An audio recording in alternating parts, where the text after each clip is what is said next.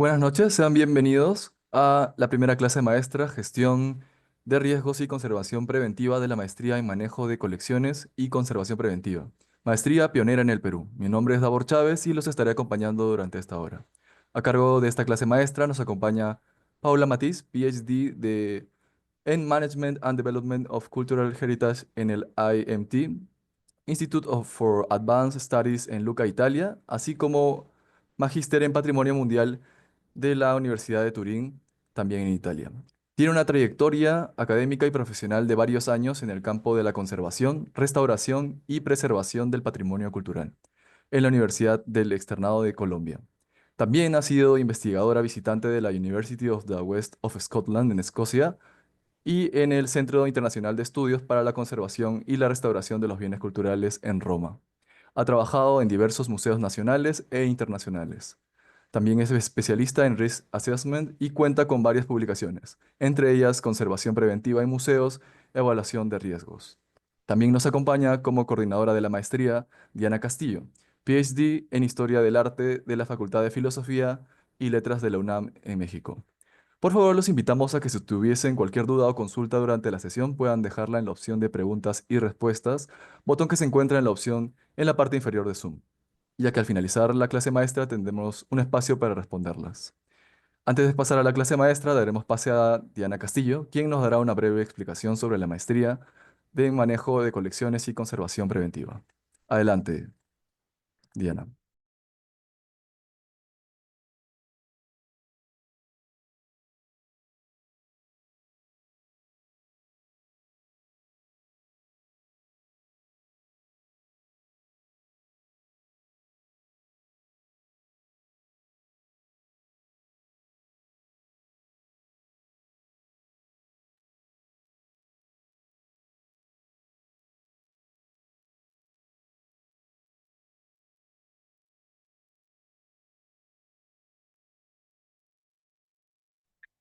Perdón, tuve problemas con el internet. No sé si logran escucharme. Ahora sí, Diana. Perfecto. Listo. Pues gracias por por la presentación, Davor. Sí, bueno, les mando un saludo a todos los que nos acompañan esta noche. Es un gusto contar el día de hoy con la participación de la doctora Paula Matiz. Como bien explicó Davor, esta clase magistral se lleva a cabo, como saben, en el marco de la maestría en manejo de colecciones y conservación preventiva que ha lanzado la Universidad de Ingeniería y Tecnología UTEC este año, ¿no? Y que inicia en marzo del 2025. Es un programa pionero en el Perú que busca convertirse en un referente, no solamente en el país, sino sobre todo en la región. Y tiene una malla, como bien dijo Davor, también moderna, que se ajusta a los diferentes backgrounds de los posibles postulantes, ¿no? Lo interesante es que busca una formación con este enfoque interdisciplinario que caracteriza a UTEC y que incluye necesariamente este componente de ciencia y tecnología aplicada al patrimonio, ¿no? La plana docente está compuesta por investigadores del Centro de Investigación y Conservación del Patrimonio, junto a especialistas nacionales e internacionales, expertos de nivel mundial como la doctora Paula Matiz, que nos acompaña el día de hoy, y que también estamos contando con ella para que lleve adelante el curso de gestión de riesgos justo en el cuarto semestre de este semestre, ¿no? Bueno, y de esta maestría. Y bueno, justo un poquito de esto es la charla que nos tiene preparada para el día de hoy. Y nada, pues le cedo la palabra y es un honor para nosotros contar con su participación y muchas gracias a todos los que se han conectado. Van a ver lo mucho que van a poder sacar de esta clase, ¿no? Muchas gracias, Paula, y te cedo la palabra para que empecemos con esta sesión. Muchísimas gracias, Diana. Primero que todo, y antes de compartir la presentación, déjenme extenderles un saludo y un agradecimiento por este espacio. Para mí siempre ha sido un absoluto placer trabajar con el Perú, que adoro y que pues esta es ya una, tal vez como la tercera oportunidad que tengo para poder dictar clase en Perú y y a los peruanos, cosa que pues me alegra enormemente. Entonces, pues con todo mi cariño, la verdad, en un lugar que siempre me he sentido absolutamente acogida y que me encanta. Así que con mucho cariño, digamos, como todos estos proyectos que tenemos entre manos con todo el equipo, contigo, Diana, con Juan Carlos, con Rosana y pues con todo el equipo de UTEC que hemos ido estrechando lazos en ese sentido. Voy a iniciar, tenemos muy cortito el tiempo. Este es un tema tremendamente extenso que va a servir de abrebocas para comentarles un poco sobre lo que vamos a desarrollar ya digamos a profundidad en las clases. ¿Me puedes confirmar que están viendo la pantalla, por favor, Daur? Sí, así es. Sí, Perfecto, está bien. perfecto, muchísimas gracias.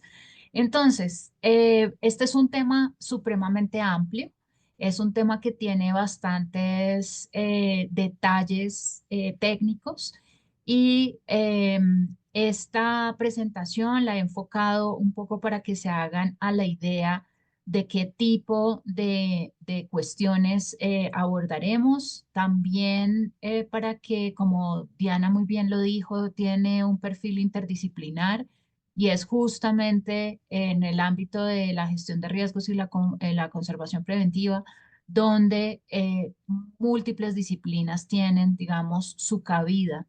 Así que es muy importante, digamos, de alguna manera que se vean reflejados desde sus disciplinas y sus realidades en este tema. Ya van a ir viendo que pues el tema es bastante complejo, pero que tiene, digamos, como muchas oportunidades en este sentido. Entonces, pues bueno, vamos a ver. Yo creo que todos ustedes eh, se han eh, oído en los últimos días, y de hecho no hace mucho, todas las preocupaciones y todas las situaciones que tienen que ver en los últimos días con las inundaciones. Tal vez tienen muy presente las inundaciones de Valencia, una tragedia que evidentemente cobra muchas vidas y esto ha estado ocurriendo en varias zonas del globo. En este fin de semana se acerca también un super tifón por la zona asiática y escenas como estas son cada vez más comunes. Es algo que nos hemos venido encontrando frecuentemente por no solamente el cambio climático, sino digamos como todo tipo de amenazas. Y esto no solamente va a afectar a las personas y a los bienes, a las ciudades, a las actividades económicas que se desarrollan en el mundo, sino que en cierta proporción también afecta eh, el patrimonio cultural. Y el patrimonio cultural también en un sentido amplio. Tal vez son bien conocidas las inundaciones de Venecia, la agua alta, pero pues que cada vez digamos que se alcanza mucho más en lugares menos, que era menos frecuente encontrarlo, ya tenemos este fenómeno de una forma muy constante. Este no es solamente, digamos, un problema que atañe, digamos, a otros países, lo vemos en América Latina de una manera muy constante y se está proyectando como uno de los mayores problemas en el futuro, especialmente para las zonas costeras por la elevación del mar. Esto solamente como para indicar, digamos, cómo es nuestra concepción inicial en términos del riesgo, pero pues en realidad la gestión de riesgos abarca mucho más que todo esto. En el último reporte traído desde el World Heritage Center, es decir, el Centro de Patrimonio Mundial de la UNESCO, se hacía un estudio sobre los diferentes factores que afectaban el patrimonio mundial de acuerdo, digamos, a las listas en peligro y de acuerdo, digamos, a los reportes de estados de conservación que se hacen de forma periódica. Y se encontraban además que más allá de aspectos medioambientales, había toda una serie de elementos que estaban atentando contra todo este patrimonio.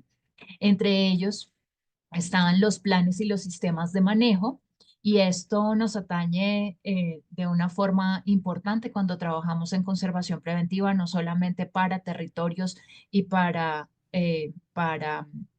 sitios, digamos, de patrimonio o ciudades, sino también para el manejo de colecciones en los museos o en los archivos o en las iglesias o en las bibliotecas. Es decir, esto es incluso más amplio de lo que podemos imaginar. Nosotros también tenemos en el mundo, digamos, presiones por desarrollo inmobiliario que cada vez están ah, afectando la conservación de los diferentes sitios. Hay un déficit enorme en las actividades de manejo, y esto tiene mucho que ver además con los recursos humanos que aparecen allí más abajo, y justamente estas capacidades instaladas en territorio y capacidades instaladas en las instituciones de personas lo suficientemente capacitadas para poder hacer esta atención y poder trabajar en planes y en sistemas de manejo. He ahí también la importancia de programas como estos en términos de la formación. En los sitios patrimoniales también veíamos, y lo dice los reportes de la UNESCO, como lo pueden ver allí, aspectos de infraestructura que normalmente tienen una presión por el comercio o el transporte, el turismo, que cada vez se desborda cada vez más en ciertos lugares, y además conozco bien que Perú tiene algunos de los lugares que tienen una presión turística de forma muy importante. Aspectos de conflicto armado o guerra que desafortunadamente están siendo una constante, y como ya lo mencionaba, aspectos de recursos humanos insuficientes o no capacitados, así como también deficiencias en los marcos legales. Entonces, de alguna manera, el panorama es bastante amplio en términos de qué es lo que puede afectar el patrimonio. Esto solamente para traer, digamos, unos datos de reportes monitoreados y evaluados científicamente, pero pues que están afectando en realidad sin mayor detenimiento en términos de las estadísticas a todo el tipo de patrimonio cultural. Esto es aspectos arquitectónicos, aspectos urbanos, modificaciones sobre los paisajes, paisajes rurales, paisajes urbanos, paisajes agrícolas también, que afectan además también la seguridad alimentaria de muchos de nuestras poblaciones. América Latina es en particularmente susceptible frente a estas situaciones. Y algo que nos interesa particularmente es justamente que también afecta las colecciones de museos o las colecciones muebles. Em, Como ya lo mencionaba, bien puede ser en términos de archivo, de biblioteca, de todo tipo de patrimonio cultural que estemos trabajando en términos de colecciones. También afecta la población, a las comunidades, y en términos de las prácticas y las manifestaciones culturales que las comunidades tienen. Allí en la presentación ven justamente algunas imágenes de archivos que han sido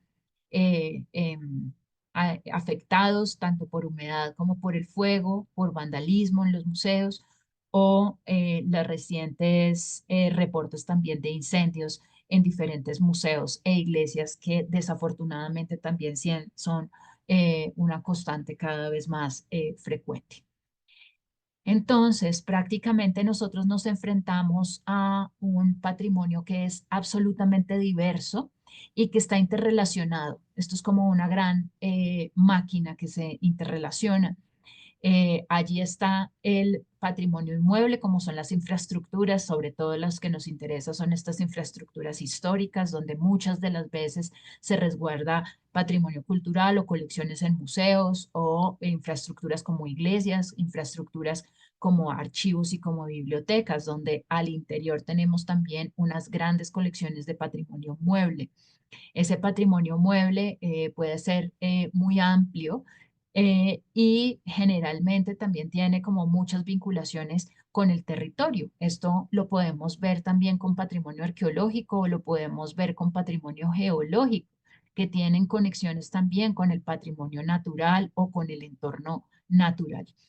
Em, Todo esto para decir que prácticamente cuando estamos hablando de colecciones, cuando estamos hablando de gestión de colecciones, no podemos dividir o no podemos escindir la realidad de las colecciones al interior de una infraestructura con lo que ocurre en el entorno.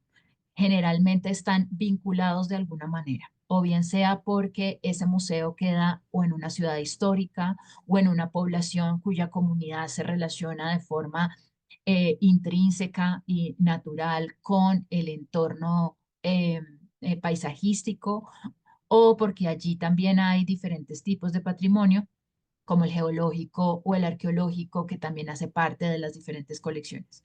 Y algo que es interesante llamar la atención aquí es que también aparecen nuevos patrimonios a los cuales les debemos poner atención. Normalmente cuando hablamos de nuevos patrimonios, a veces nos enfocamos mucho en, por ejemplo, en arte contemporáneo, porque es como un devenir normal, por ejemplo, de museos y de museos de arte. Esto es algo que, pues, digamos que está un poco dentro de la dinámica museal. Pero hay otro tipo de colecciones que en América Latina poco se ha trabajado y que desde la conservación preventiva, desde la gestión de riesgo también debemos abordar, como son patrimonios científicos y patrimonios industriales. Normalmente tendemos a pensar que como es una materialidad que proviene de la industria, pues no tiene este carácter de valor o de importancia y no se le ha prestado la suficiente atención. En otras latitudes, como Europa, por ejemplo, ya tienen unos desarrollos más avanzados, teniendo en cuenta que pues los procesos industriales pues ya datan de más de 2 siglos, entonces pues digamos que hay una perspectiva histórica lo suficientemente larga como para considerarlos casi que en este carácter pues museal, histórico, ¿no? Pero en América Latina no es tan así y es importante, digamos, como prestar atención a estas nuevas materialidades. No hemos investigado lo suficiente qué ocurre con estas materialidades industriales en términos de deterioros en nuestros países y tampoco lo hemos hecho con aproximaciones científicas, así que aquí hay un campo enorme de trabajo porque pues evidentemente es un patrimonio que empieza a tener mucha relevancia en términos de la conservación. Y como lo mencionaba, no podemos tampoco dividir toda esta dinámica del patrimonio con el patrimonio inmaterial, es decir, con las prácticas y las manifestaciones de las comunidades a las cuales ese patrimonio hace parte y en los lugares en los que están y se ubican, ¿no? Entre los territorios. Cada vez más esto se está viendo como un sistema interrelacionado, una red casi que neuronal, una red, unas conexiones que digamos que rompen un poco el paradigma con el cual se viene trabajando o se venía trabajando tanto la conservación como el patrimonio, de sentirlo de una forma separada, ¿no? De solo trabajar una pieza, estar solamente con un museo como de puertas para adentro y cada vez más la gestión de riesgos y la conservación preventiva tiene que ver más con esta red, tiene que ver con conectar y tiene que ver con poder manejar los principios y las acciones de una manera integrada e interrelacionada. Y ya les voy a mostrar un poco desde la gestión de riesgos cómo se aborda un poquito esto. Entonces, todo este tipo de patrimonio está amenazado por diferentes tipos de lo que llamaríamos factores de riesgos o diferentes agentes. Esos agentes tienen diferente tipo de frecuencia en el tiempo. Hay unos que son menos frecuentes y hay otros que son más frecuentes. Es lo que encuentran sobre la línea de abajo. Pero a la vez, esas amenazas y esos factores tienen un menor impacto o un mayor impacto no solamente para las personas, sino también en términos del deterioro que puedan causar a la materialidad. Y todos estos aspectos van a ser fundamentales a la hora de pensar la gestión de riesgos. Hay eventualidades ambientales como unos terremotos, incluso las inundaciones, que tienen un impacto muy alto, pero que su frecuencia es menor a otros factores. Valga la advertencia aquí que desafortunadamente por toda la dinámica climática que estamos viviendo, esta frecuencia cada vez se hace más alta. Entonces, este grupo de factores se va a ir moviendo hacia aspectos de una frecuencia más alta y un impacto más alto.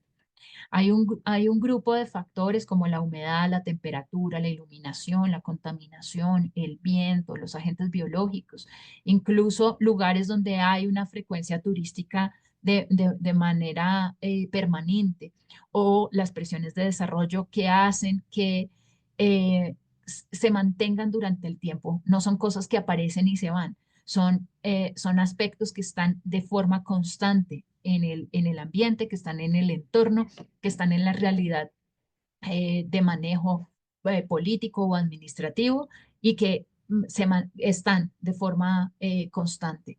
Hay factores en ese rango que tienen un impacto muy alto, como los que acabamos de ver, para la conservación de ciertos materiales. Y hay otros que no tienen un impacto tan alto, pero que también son frecuentes. Por ejemplo, marcos normativos, el tener personal o no tener personal capacitado en las diferentes instituciones, aspectos financieros, aspectos de planeación, aspectos de documentación. Estos son elementos que siempre son constantes dentro de una institución, dentro del manejo de una colección, eh, pero que digamos que atentan de una manera mucho más eh, lenta la materialidad de un bien. Todos estos, en todo caso, afectan la conservación de las colecciones o de los bienes o del patrimonio. Y tenemos un grupo que es más o menos en la mitad, donde tenemos algunas características físicas, muchas veces por factores de elaboración, de manufactura de los bienes, o aspectos de tráfico ilícito, o de monitoreo y evaluación de condiciones, o aspectos de mantenimiento o de seguridad. Como les digo, en la realidad actual, estos grupos se van a ir moviendo, se mueven a veces con una mayor frecuencia, a una mayor intensidad, y eso hace que nos estemos preocupando bastante de lo que viene a futuro. Normalmente la conservación preventiva se ubica dentro de de poder manejar aspectos que tienen esta frecuencia muy alta y un impacto muy alto. Y la gestión de riesgo, como nace justamente de los aspectos de condiciones medioclimáticas o de condiciones de riesgo por condiciones climáticas, se ha ocupado muchas veces es de este grupo de factores que tienen un impacto muy alto, pero que su frecuencia no es tan alta. La realidad que hoy enfrentamos y el futuro que hoy enfrentamos está siendo cada vez más desafiante y es más difícil, porque justamente esto cada vez es más frecuente, así que se va a ir moviendo. Esto se mantiene de forma permanente, y estos dos grupos que no tienen un impacto tan alto, estamos viendo que evidentemente están empezando a tener un impacto altísimo. Entonces, la conservación preventiva y la gestión de riesgo prácticamente que se convierten en una necesidad a futuro y casi que un requisito a futuro, eh, prácticamente pues inquebrantable, porque no vamos a poder evadir. Tenemos unas dificultades grandes, y es esta debilidad o esta dificultad para comprender que todos estos elementos tienen relación, que están interconectados. Y no solamente eso, sino que además se conectan en diferentes niveles. Es decir, que adicional a que entre estos elementos hay conexiones, también tenemos interrelaciones a diferente nivel. a nivel local, a nivel global, a nivel disciplinar, a nivel público o privado, a nivel colectivo o individual, a nivel institucional, a nivel territorial, a nivel político. ¿Y esto qué quiere decir también? Que la conservación preventiva y que la gestión de riesgo no se puedan dividir o separar de dinámicas de contexto, ¿sí? Cada vez tienen que responder más a las dinámicas de contexto. Esto coloca especialmente la conservación preventiva en una dinámica de trabajo que está más cerca a las capacidades de administración y de manejo que a unas cuestiones netamente técnicas. Es decir, se está escalando las necesidades de la conservación preventiva. Hace muchos años, cuando empezó la conservación preventiva, hace unos 30, 40 años, sobre todo en nuestros territorios latinoamericanos, el enfoque que se tenía de la conservación preventiva era meramente técnico. Es decir, necesitábamos manejar la humedad, necesitábamos manejar la temperatura y la iluminación. Esto sigue siendo importante, pero además de esto, ahora necesitamos habilidades y necesitamos competencias que puedan responder, digamos, a los retos y a las necesidades institucionales de contexto territorial, de contexto político, de contexto legal, en un ámbito mucho más interrelacionado y más interdisciplinar. Entonces el reto es bastante grande. En ese sentido, entonces, uno cómo entiende esa gestión de riesgo. Esa gestión de riesgo se entiende como una identificación, una evaluación y una priorización de esos factores de riesgos que va seguido por una aplicación coordinada, generalmente de acciones, de recursos, para poder minimizar, monitorear, controlar la probabilidad o el impacto de esos eventos.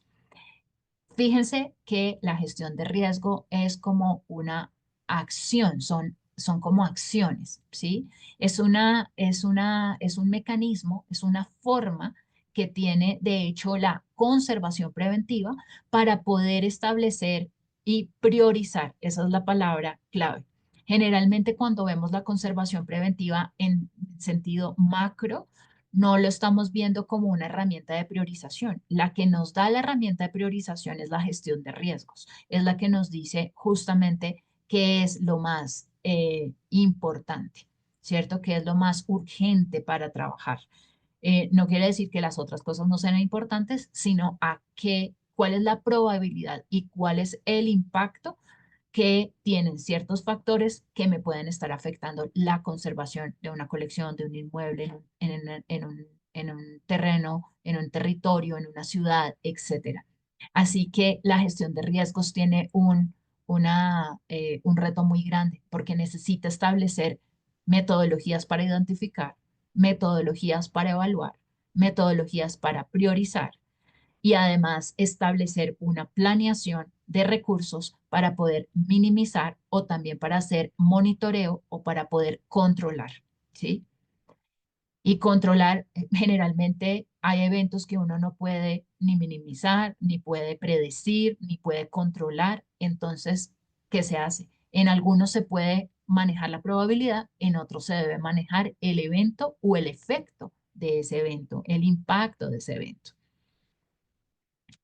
De esta forma, digamos que la gestión de riesgos es compleja. Y esto no es para que se asusten, pero sí para que vean que, digamos que hay mucho que estudiar dentro de este programa, porque normalmente la gestión de riesgo se ha visto como una función matemática, es de hecho una función matemática de probabilidad y normalmente solamente se abarcaba la amenaza junto con la vulnerabilidad.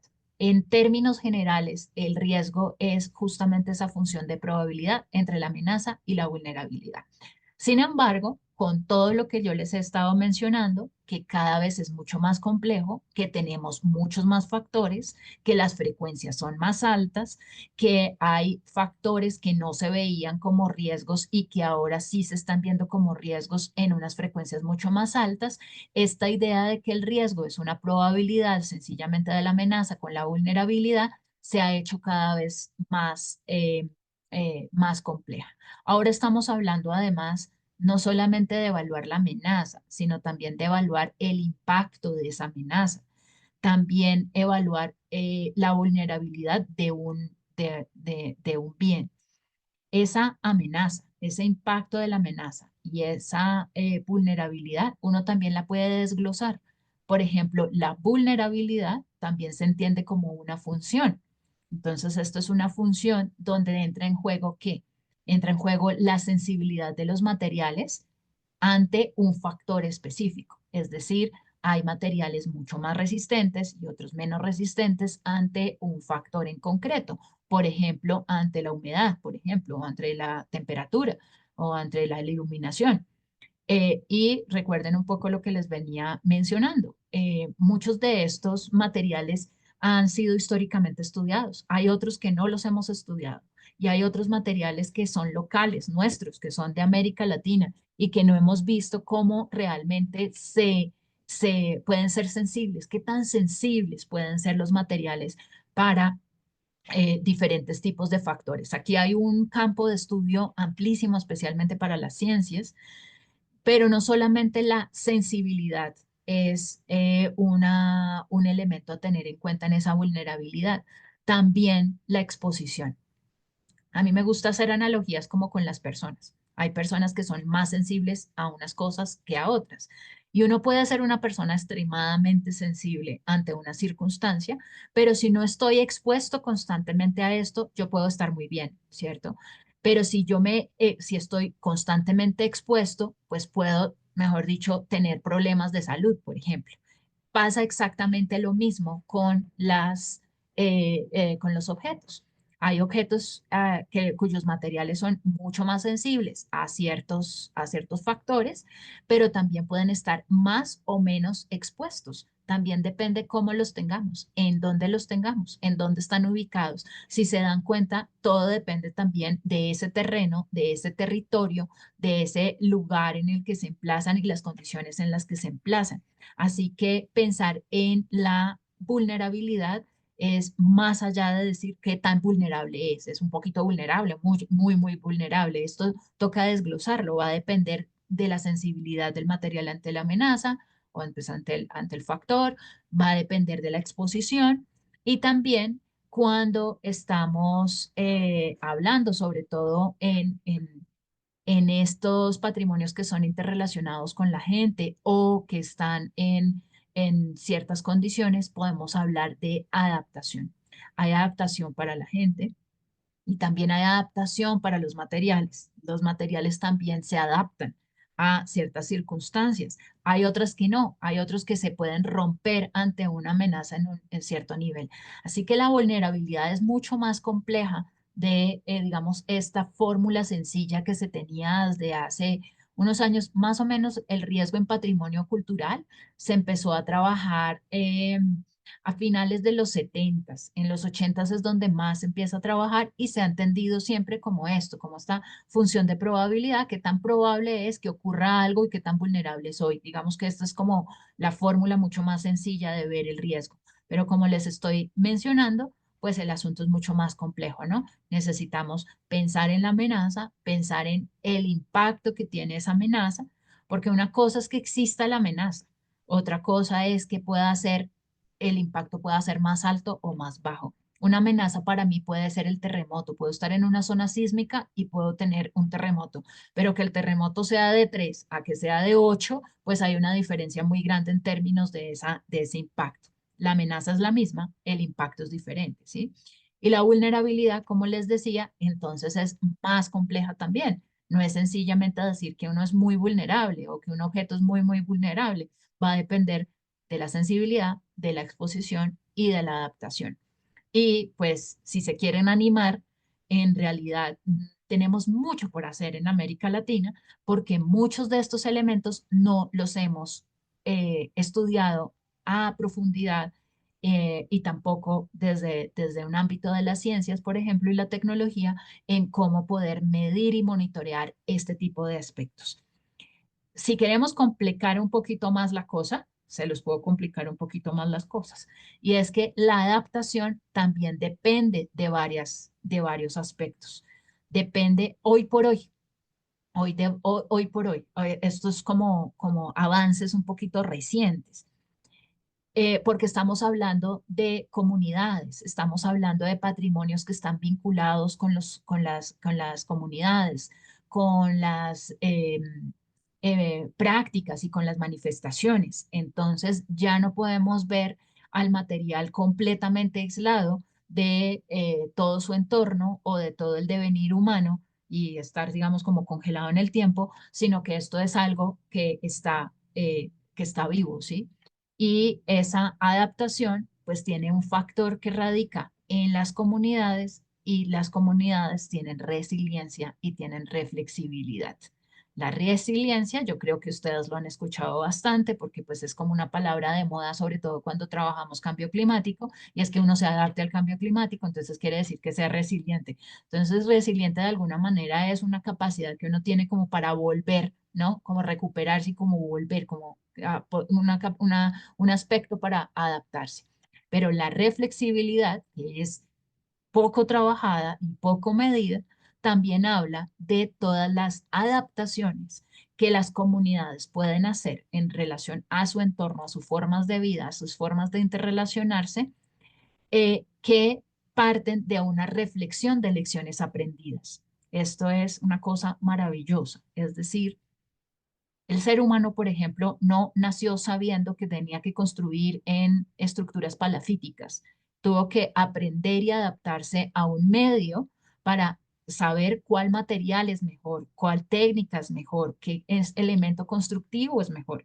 Esta es una capacidad de reflexibilidad. Entonces, tenemos la capacidad de aprender de las circunstancias. Así que si uno va a hablar del riesgo, esto es mucho más complejo que simplemente pensar en que pues puede ocurrir un terremoto o que podemos tener una inundación. Es decir, aquí también hay un aspecto que viene después también de los eventos y que van a modificar la moda, el modo de aproximarnos y actuar frente a esas eventualidades. Espero no haberlos asustado porque los voy a asustar con esta, con esta gráfica. Me disculpo que está en inglés, hace parte de todo mi trabajo doctoral, porque justamente era mirar cómo se interrelacionan diferentes factores que pueden estar atentando contra el patrimonio cultural. Entonces tenemos desastres naturales, que es un poco todo lo que encuentran como en esta columna, pero también tenemos unos factores propios del clima que van cambiando y tienen una variación y una variabilidad en el tiempo dado el cambio climático.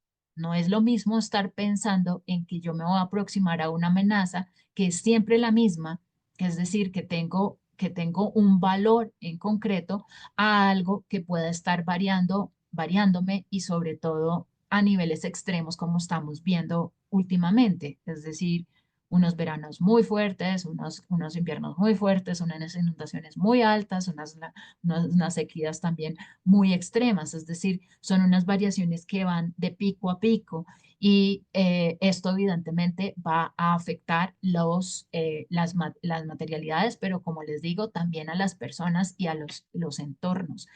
Si estamos nosotros manejando colecciones que están en un ambiente público o abierto, no podemos desconocer estos elementos. O sea, a veces yo digo, a veces estamos muy de buenas cuando uno tiene que manejar una colección que está dentro de un depósito y aparte de todo está climatizado y uno tiene el edificio súper bien. Ese es el mejor de los escenarios, pero normalmente no. Entonces pensemos, por ejemplo, en bienes en el espacio público. Bienes en el espacio público, las esculturas en el espacio público están a la intemperie y están en la dinámica de una ciudad. Así que allí también existe la conservación preventiva y allí también hay gestión de riesgo. Y también estamos hablando de patrimonio, estamos hablando de colecciones, una colección de una ciudad, por ejemplo. O si estamos pensando en un cementerio histórico, por ejemplo. Allí hay bienes que son de interés, que queremos conservar, que tienen un valor histórico que queremos conservar, un valor estético que queremos conservar, un valor simbólico, pues ni hablar, porque es un cementerio, que queremos conservar. Así que, y está también en el marco de un ambiente, de un entorno abierto, ¿cierto? Digamos, a la merced de todos estos factores. Entonces, no podemos de alguna manera eh, olvidarnos que hay allí como unos factores ambientales que ocurren en el ambiente que pueden estar afectándonos eh, la conservación. Además de esos factores medioambientales que ya se dieron cuenta que son muy amplios y muy grandes y muy variables, también tenemos factores que provienen de aspectos sociopolíticos y de los sociopolíticos, pues conflicto armado, la guerra, el vandalismo, y hay otros que son mucho más difíciles de medir. Y fíjense que cómo el riesgo no ha abordado, digamos, estos aspectos. Por ejemplo, el sentido de pertenencia de una comunidad, una necesidad de participación de las comunidades locales para que apropien su patrimonio, que para que lo puedan manejar también, una necesidad de regulaciones o de política pública para el manejo de ciertas colecciones o sencillamente aspectos de negligencia, o sea, nadie sabe o no quiere hacerse cargo, pues bueno, esto estamos justamente en el ámbito de los factores sociopolíticos. También tenemos factores económicos. Por ejemplo, el tráfico ilícito está muy determinado por factores económicos. Se trafica ilícitamente, pues por dinero. El turismo masivo. El turismo masivo, hay intereses culturales, por supuesto, el turismo masivo, pero hay unos determinantes económicos extremadamente fuertes que les hacen además unas presiones a los sitios de una manera importante. También las presiones de desarrollo o las presiones tecnológicas, todas estas pues son necesidades económicas del vaivén, digamos, de nuestras sociedades actuales. También tenemos características físicas que incluso no es que se hayan ni siquiera provocado, sino que así fueron. Por ejemplo, características de construcción o características de manufactura, pues que sencillamente pues así lo hicieron y la materialidad pues falla, tiene una vida o no les quedó tan bien hecho, no manejaron tan bien la técnica o estaban experimentando por la técnica. ¿Y qué le vamos a hacer? Así son las piezas. Entonces, hay unas características de construcción o de manufactura que también nos determinan esa vulnerabilidad, sensibilidad, eh, eh, capacidad de adaptación, el impacto, que tanto impacto puedan tener, bueno, etcétera, o el estado de conservación que tienen ciertos materiales, ¿no?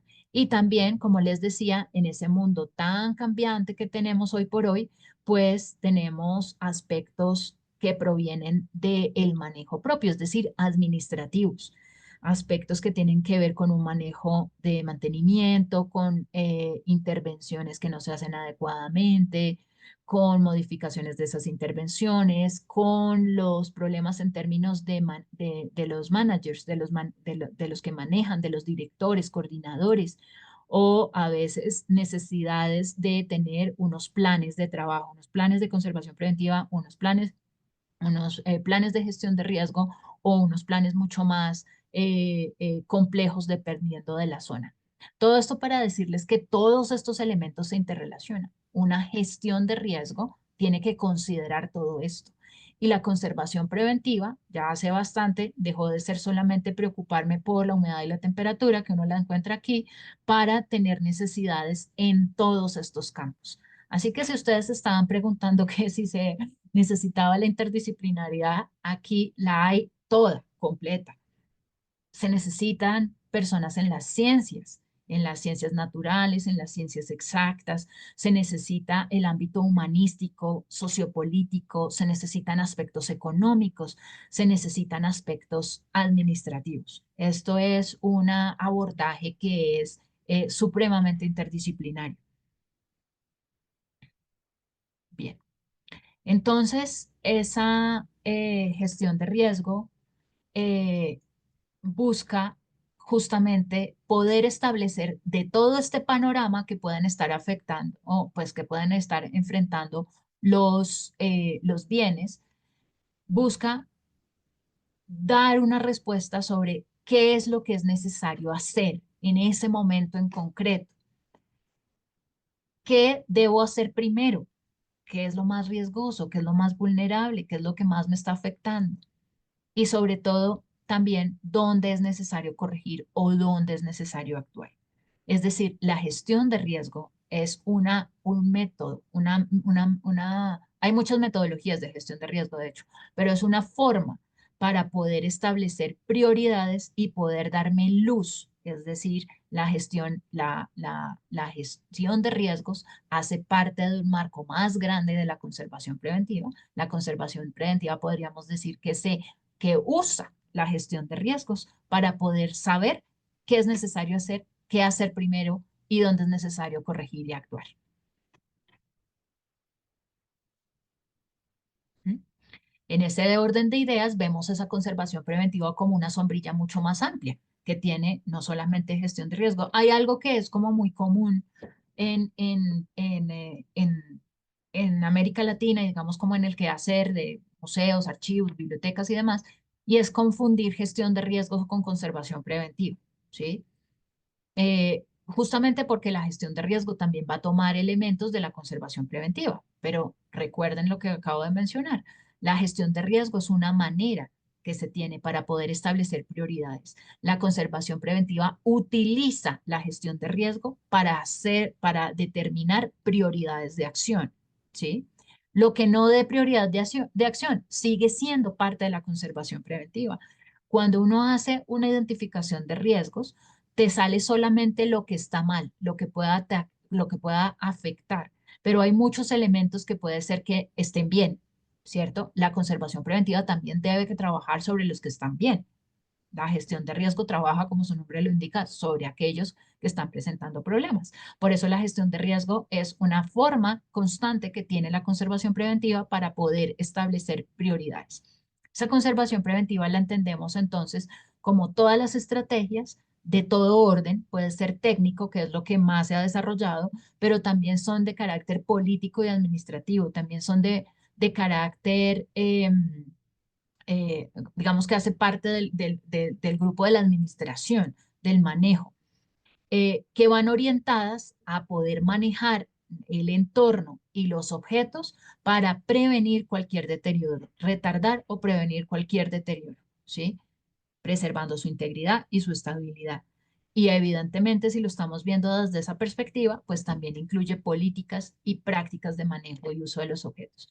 Allí unas fotografías de algunos aspectos que son más, bueno, de unos casos dramáticos, digamos más bien.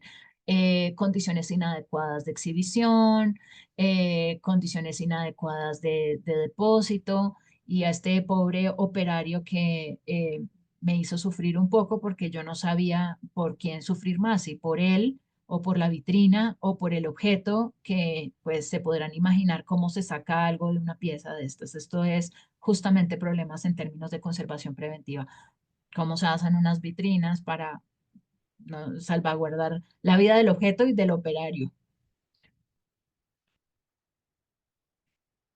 que entre otras cosas, muchas de las parámetros de conservación preventiva también tienen que ver con salud y seguridad en el trabajo, ¿no? Entre otras. Esto es mucho más evidente en bibliotecas y archivos por los agentes que entran a jugar en bibliotecas y archivos, pero pues que sin duda alguna siempre tiene que ver con seguridad y seguridad en el trabajo también, otra de las líneas que tiene la conservación preventiva. Entonces, ¿qué buscamos con toda esa conservación preventiva? Buscamos lo que llamamos las 3 Ps: predecir, prevenir y preparar. Justamente lo que nos ayuda a dar la luz sobre lo que se puede o no se puede predecir va a ser la gestión de riesgo, lo que se puede prevenir también y lo que se puede preparar también. ¿A dónde le tengo que poner un poco más de cuidado? Y todo esto, ¿para qué? Todo esto para poder tomar decisiones. Así que en la administración, cuando uno estudia administración, hay clases enteras sobre toma de decisiones. Esto también tiene que ver con la conservación preventiva. La gestión de riesgos prioriza, pero al priorizar también ayuda a dar información para poder tomar decisiones de una manera mucho más acertada. La gestión de riesgos va a ayudar a la conservación preventiva a identificar factores, a identificar amenazas, a evaluar los riesgos, qué tan grave es la situación, a poder manejar metodologías, a poder definir acciones y todo esto para tomar decisiones. Hay diferentes ambientes de decisión. Hay decisiones bajo incertidumbre, bajo certeza, etcétera. Y todo esto se hace con la cantidad de información que yo tenga ante una situación.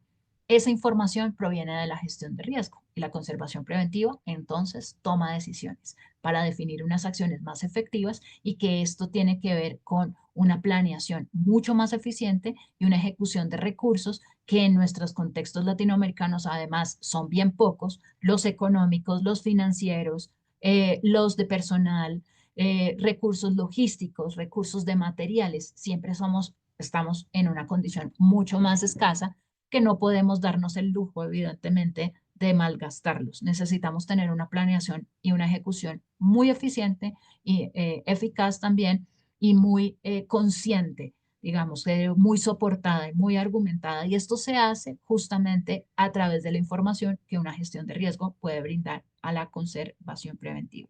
Ahora, para poder saber cuáles factores, para poder saber cómo se evalúa un riesgo, para poder saber cuáles son las diferentes metodologías que se utilizan en la gestión de riesgo y en la conservación preventiva. Pues esto es, digamos, el abrebocas para todo un desarrollo de clase en esta formación de, de maestría eh, que busca este programa. Muchísimas gracias. Corrí un poquito porque teníamos un tiempo bien cortito. Muchas gracias. Quiero Y agradecer a la doctora Paula Matiz por pues, darnos esta primera aproximación a la gestión de riesgos, pero tan importante para ampliarnos un poco esta visión. Como ella bien dijo, ¿no? Que en realidad muchas veces se cree que simplemente tener estos monitoreos de humedad y temperatura, pero es un tema súper amplio y además muy interesante el tener esta visión un tanto holística de entender todos estos factores que interactúan dentro de un sistema complejo, ¿no? Pero que al mismo tiempo está interconectado y que justo nos habla de esta importancia de la labor interdisciplinaria. Bien, voy a dar el paso a Davor. Muchas gracias, Paula, por esta aproximación. Yo creo que todos nos hemos quedado con las ganas de seguir escuchando más. Ha sido solo una probadita inicial y bueno, seguimos con el programa. Muchas gracias, Diana. Muchas gracias, Paola, también por tu presentación. Excelente, de verdad. Ahora le cedo la palabra a Marianela, la asesora comercial, quien nos comentará un poco más sobre los aspectos comerciales de la maestría. Adelante, Marianela. Gracias, Davor. Voy a compartir mi pantalla.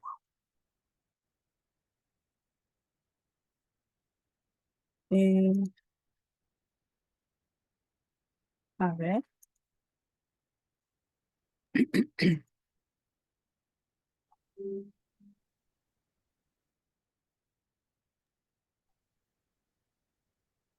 ¿Ven mi pantalla, por favor?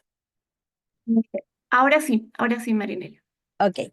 Buenas noches con todos. Yo les voy a hablar de la parte comercial, los requisitos para postular a esta maestría. Básicamente necesitan presentar la copia simple de su DNI, carnet de extranjería o su pasaporte, copia simple del grado académico de bachiller, copia simple del certificado de notas de pregrado. Es deseable, pero no es indispensable.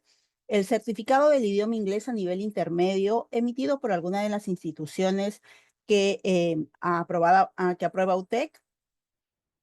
Su currículum simple, sin documentar.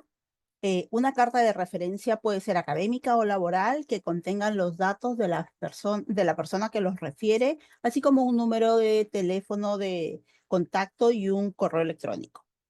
Esta carta deberá estar firmada. Un ensayo de motivación en el cual nos indiquen su interés por llevar esta maestría. y presentar el recibo de pago del derecho de postulación. La maestría tiene una inversión regular de 33.000 soles, pero hasta este 30 de noviembre tenemos un beneficio especial de preventa. El inicio de clases es el 3 de marzo, la modalidad es semipresencial, el horario regular de la maestría, las clases virtuales van a ser los días martes, miércoles y jueves de 7 a 10 de la noche y las clases presenciales les haré llegar el cronograma, es una semana cada semestre, una semana presencial cada semestre y un sábado al mes. Bueno, tenemos un beneficio especial para mujeres que es diferente al de preventa, que les otorga a todas aquellas damas que deseen postular a la maestría un beneficio especial por su postulación y están mis datos de contacto por cualquier consulta que puedan tener. El día de mañana me estaré comunicando con ustedes para hacerles llegar mayor información. Gracias. Muchas gracias, Marianela. Bueno, nos están llegando algunas preguntas por interno y también algunos comentarios, ¿no? Como el de Carlos acerca de que es una extraordinaria ponencia, ¿no? Pone la pica en Flandes en la conservación del patrimonio, una visión geográfica y territorial de la conservación. Felicitaciones. Muchas gracias, Carlos. Y luego tenemos una pregunta de Rosana acerca de eh, dados los tiempos cambiantes, al hacer un plan de gestión de riesgos, ¿con qué frecuencia crees que debería revisarse un plan para adaptarse a nuevas condiciones y amenazas? Y si hay una forma clara para medir la eficacia de las estrategias implementadas. Excelentes preguntas, querida Rosana. Excelentes preguntas. En las fases de gestión de riesgo hay una fase final. Tú propones, digamos, cuáles son las medidas a hacer y hay una fase final que justamente tiene que ver con el monitoreo. El monitoreo se está haciendo de forma constante. Eh, y hay que aclarar y hay que decir que yo creo que es como mala costumbre de los latinoamericanos porque nosotros siempre proyectamos, por ejemplo, recursos hasta formular las acciones. A veces ni siquiera se tienen en cuenta la implementación de las acciones y mucho menos la evaluación y el monitoreo. Las evaluaciones y los monitoreos son indispensables en este tipo de estrategias, en este tipo de acciones, y normalmente somos muy descuidados con eso, entonces no monitoreamos qué tan efectivos o poco efectivos, muy efectivos o poco efectivos fueron las acciones que se implementaron. Y es justamente porque en general, digamos que los pasos de gestión de riesgos los dejan cortados. Falta una parte de evaluación y monitoreo. Y fíjate que normalmente se enseña mucho cómo identificar, cómo medir y qué es lo que hay que hacer y hasta ahí llega, pero no te enseñan cómo tienes que monitorear. Y es básicamente que necesitas hacer tablas de indicadores. Hay que hacer indicadores de monitoreo y puntos de control para poder monitorear. Por eso decía que esto tiene mucho de management también, pues digamos de administración, porque evidentemente necesitas ir creando indicadores. Nosotros somos malísimos, en general en América Latina a veces nosotros no utilizamos esos indicadores, no hacemos esos indicadores y eso es fundamental. Entonces, en ese orden de ideas, de acuerdo al resultado que te dé una gestión de riesgos, es decir, a las amenazas que se identifiquen, porque no todos los casos van a tener todas las amenazas, te va a estar indicando cada cuánto tienes que estar revisando ese plan y cada cuánto tienes que tener ese monitoreo. No es lo mismo estar pensando en un monitoreo, por ejemplo, de humedad relativa o de temperatura o un factor que está de forma constante, ¿cierto? Allí presente a otros que pueden estar ocurriendo de una manera mucho más esporádica. Entonces, justamente en esas fases de indicadores se establece cada cuánto tienes que estar revisando. Ahora, no necesariamente tienes que hacer toda la gestión de riesgo completa. Seguramente puedes estar monitoreando unos factores en específico, ¿sí? Para ir manteniéndolos controlados. O para hacer las correcciones. La corrección también es constante. Entonces, digamos que eso es lo que se debería hacer y pues te soy absolutamente sincera, no se han desarrollado muchos indicadores de control, por ejemplo. tareas pendientes. Excelente, Paula. Tenemos un par de preguntas que también nos llegan por interno acerca, a ver, aquí nos llega otra, acerca de cuánto influye la mayor valoración de una colección por sobre otra en la toma de decisiones y priorización en cuanto a su conservación. Excelente pregunta también, porque la podemos entender desde diferentes aristas.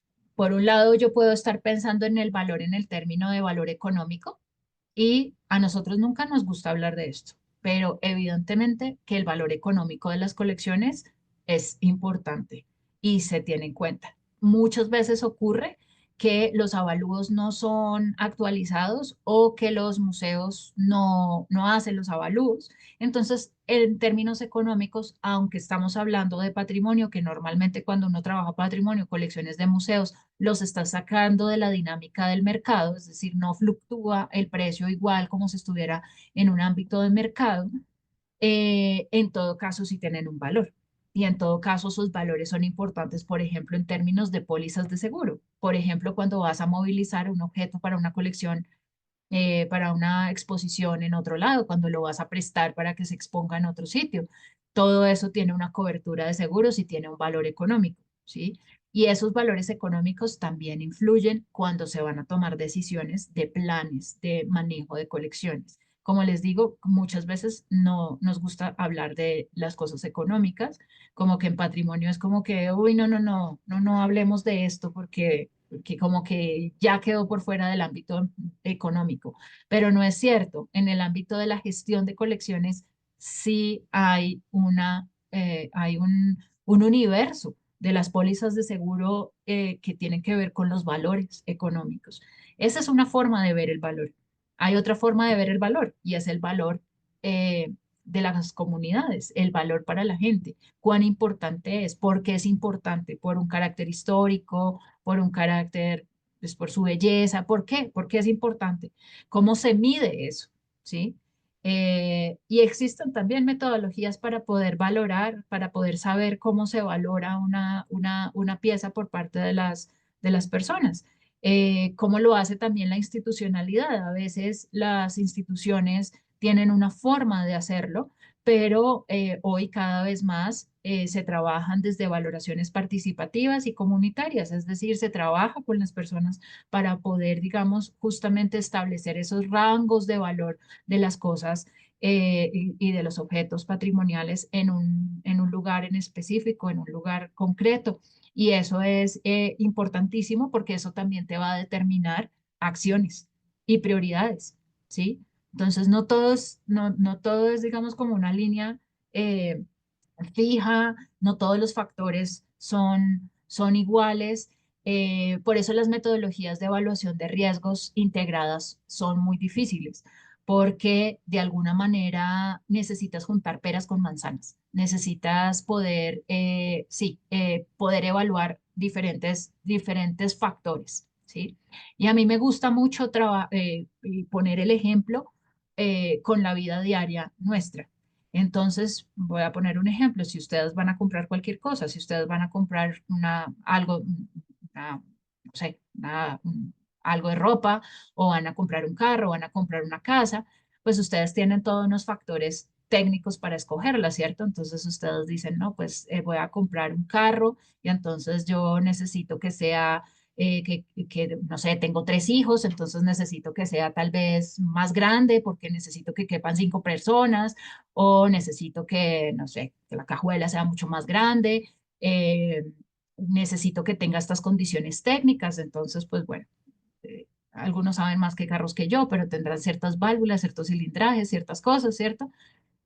Y de repente van a buscar ese carro y entonces empiezan las consideraciones de precio.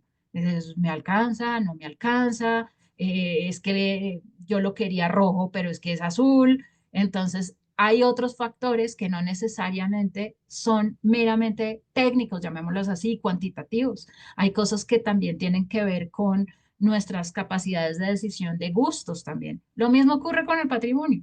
Entonces, ¿cómo medir todas estas cosas? ¿Cómo hacer mediciones y juntar todo junto? ¿Cómo hacemos eso? Generalmente utilizamos diferentes metodologías multicriterio porque justamente las multicriterio juntan peras con manzanas para ver si podemos ver ese espectro. Entonces, justamente, fíjense que la gestión de riesgo les va a apuntar a muchos lados. En términos de valoración, tienes esos dos factores. Un valor económico, o sea, puede ser una manera de verlo, y hay otro que tiene un valor de significado para las personas. Para las dos existen diferentes tipos de metodologías para poder evaluar eso. Y afectan, ambas afectan en las tomas de decisiones de riesgo, ambos. Y de conservación, ambas. Excelente, Paula. Nos llega una siguiente pregunta de Rosana. Justamente agradece las respuestas anteriores y pregunta acerca de qué alianzas o colaboraciones podrían fortalecer la implementación del plan. Depende de, gracias Rosana nuevamente, también depende de las circunstancias en las que estés y en qué contexto, sobre todo institucional, te encuentres. Entonces, si hay una colección, por ejemplo, si es un museo, pues depende de las circunstancias en las que estoy, con quién puedo tener alianza. Puedo tener alianza con un ministerio, necesito alianza con una administración pública, necesito una alianza con otros pares, es decir, con otros museos, necesito alianza, no sé, con un gremio profesional específico, necesito una alianza con una entidad educativa, puede ser, y es diferente si, por ejemplo, eres la ciudad y estás a cargo de las esculturas en el espacio público y tienes a tu cargo, pues, la ciudad entera. ¿Cierto? Y tienes dinámicas de las ciudades completamente diferentes. Los barrios son diferentes, las localidades son diferentes, las municipalidades son diferentes, todo es diferente, entonces las alianzas van a tener que ser de diferente orden. Hay veces que uno no se imagina, pero termina teniendo alianzas con, no sé, las secretarías de ambiente porque van a medir algunos aspectos de contaminación o terminan las unidades de, sí, de ambientes de las ciudades o, asociaciones de vecinos de las localidades. Todo varía. Para implementar un plan necesitas saber el contexto en el que estás y las entidades a las cuales se están vinculadas y de acuerdo también a esos riesgos para poder hacer las alianzas pertinentes, pero son muy variadas.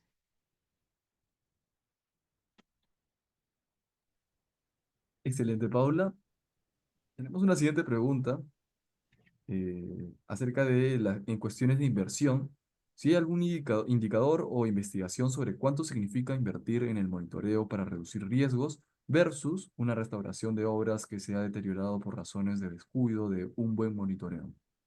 Excelente pregunta, maravillosa pregunta. Eh, no te puedo sacar estadísticas porque esos estudios no se han hecho, pero generalmente te sale lo de siempre, es más barato prevenir que lamentar. Es así el adagio popular. Normalmente una restauración te sale muchísimo más costoso que haber prevenido un daño. Si esto lo estás viendo en términos de colecciones, estás además multiplicándolo por cantidad, ¿sí? Y hay un factor que no es medible de forma directa. Por ejemplo, lo que tú pierdes en información, lo que tú pierdes en justamente en ese valor de la significación cultural de un bien. Piensa, por ejemplo, en un archivo histórico. Piensen en el archivo de la ciudad de Lima, nada más ni nada menos. O sea, esto es de las cosas más importantes y no solamente para los limeños, ¿cierto? Y no solamente para los peruanos en general. O sea, si uno se remonta, tenemos un virreinato del Perú que básicamente en ese archivo está media historia de media América Latina en el Virreinato del Perú. Fíjate que trasciende esas fronteras. Y si tú te pones a pensar en, yo no voy a hacer como un monitoreo de unas condiciones en un archivo como ese, o no voy a hacer un plan de riesgos, o tengo el plan de riesgos, pero nunca le pongo cuidado, se hicieron algunas cosas. Evidentemente, tú te puedes estar enfrentando a que de hecho puedas perderlo todo y eso ya es, mejor dicho, incalculable. Y ejemplos de esos hemos tenido en el mundo mucho. Yo creo que de lo más dramático y de pronto ustedes lo tienen en la cabeza fue el incendio del Museo de Brasil, el Museo Nacional de Brasil. miles de piezas. El impacto, o sea, no solamente la pérdida de información, no solamente la pérdida matérica. Una de las fotos de un elemento de un museo quemado que les puse, ese es el del Museo de Brasil. No queda nada, quedan cenizas, o sea, no te queda absolutamente nada. Aquí hay un efecto que en economía se denomina el no value, el no valor, el no value, el no valor. Y es justamente que hay cosas que no tiene, o sea, que sobrepasa el valor económico, ¿sí? El valor de cuánto cuesta esta materia, cuántos metros cuadrados me cuesta de tal material y eso me va a costar, o cuánto te cuesta la restauración, materiales, más el profesional, más cuántas horas de trabajo y haces el cálculo de cuánto te puede costar.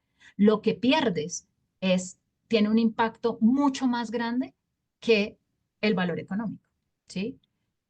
Volviendo al ejemplo de Lima, piensen que se pierde parte de ese archivo de Lima o que se pierde el archivo de Lima. O sea, ahí, mejor dicho, no hay valor de restauración que valga eso, ¿sí? Más vale prevenir que curar. Ese es el principio de la conservación preventiva, además. Muchas gracias, Paula. Hay un montón de comentarios agradeciendo la conferencia, de gran interés, que muchas felicidades y sobre todo de esta gran síntesis que has podido hacer en tan pocos minutos, pero que nos ha dado una visión global de todo lo que implica la gestión de riesgos, ¿no? No sé si tienes algo más, Davor, para... No, daríamos concluido entonces con la ronda de preguntas y respuestas. Agradecerle a todos por participar de la clase maestra en gestión de riesgos y conservación preventiva de la maestría en manejo de colecciones y conservación preventiva. Recuerden todos que pueden visitar nuestra página web, seguirnos en todas nuestras redes para enterarse de nuestras maestrías y programas. Ha sido un placer acompañarlos. Tengan todos muy buenas noches y nos vemos en una próxima oportunidad. Muchas gracias, Paula, Diana, Marianela. Gracias, Ebor. Yo quiero reiterar el agradecimiento a la doctora Matiz y bueno, y también invitarlos a todos. Estamos nosotros muy contentos por la convocatoria que ha tenido la maestría. Es justo un tema que yo creo que los académicos que estamos involucrados en temas de conservación del patrimonio nos hemos dado cuenta de la necesidad y de este hueco que había, ¿no? En tratar este tema de una manera a nivel de una maestría. Y bueno, la convocatoria ha sido amplia, todavía tenemos pues algunos espacios para que puedan postular. Y bueno, nada, agradecer a todo el equipo, agradecer a Paula y ya nos estaremos encontrando en otros espacios. Gracias, Gabor, también por tu apoyo. Gracias a todos. Buenas noches. Muchísimas gracias a todos. Muchísimas gracias, Diana. Y espero verlos en clase. Sí, nos vemos. Gracias.